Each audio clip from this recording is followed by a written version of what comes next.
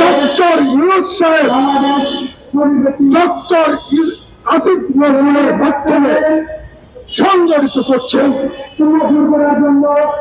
তৌহিদুল গুরু হয়েছে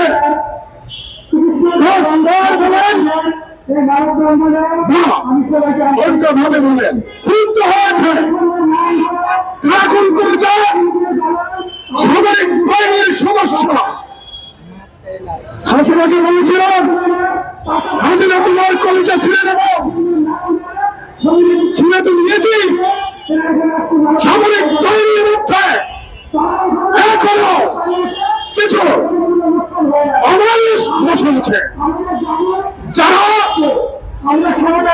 আমাদের প্রতিবাদী নাগরিকদেরকে খুনে জড়িত এবং খুন করছে।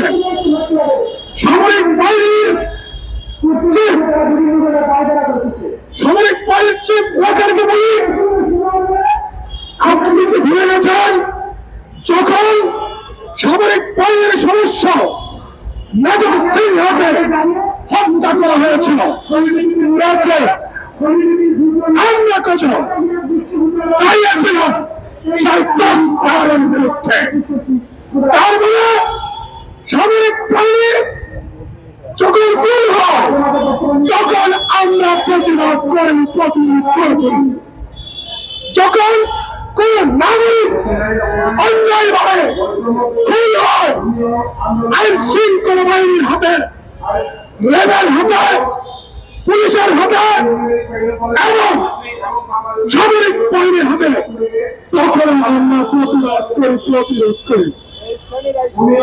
আপনাদের ভোট হবে না, আপনারা বুঝতে পারছেন না যে দেশের মানুষকে আমরা 16 বছর সংগঠিত করে গণভবন এড়িয়ে দিয়েছি।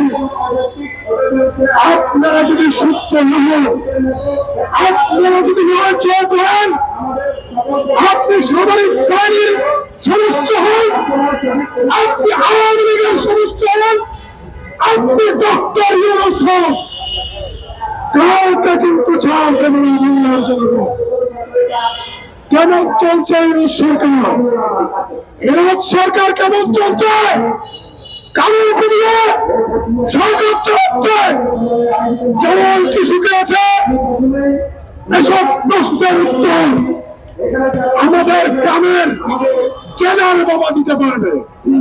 ইউনূস সরকারকে, ডক্টর ইউনূসকে যদি আমরা এখানে না বসিয়ে গ্রামের কেনার বাবাকে বসাতাম, তাহলে এর চেয়ে ভালো সরকার কেনার বাবা চালাতে পারত।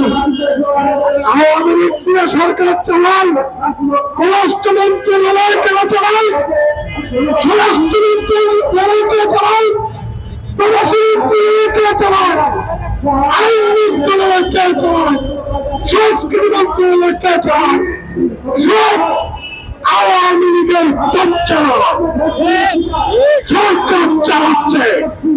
এই আওয়ামী লীগের বাচ্চাদের আসিফ নজরুলদের রাস্তায় এনে টেনে হিসেবে চেঞ্জ করা হবে ইনশাআল্লাহ। আমরা বলেছিলাম বিপ্লবী সরকার গঠন করে, এখন ষড়যন্ত্র করছেন যারা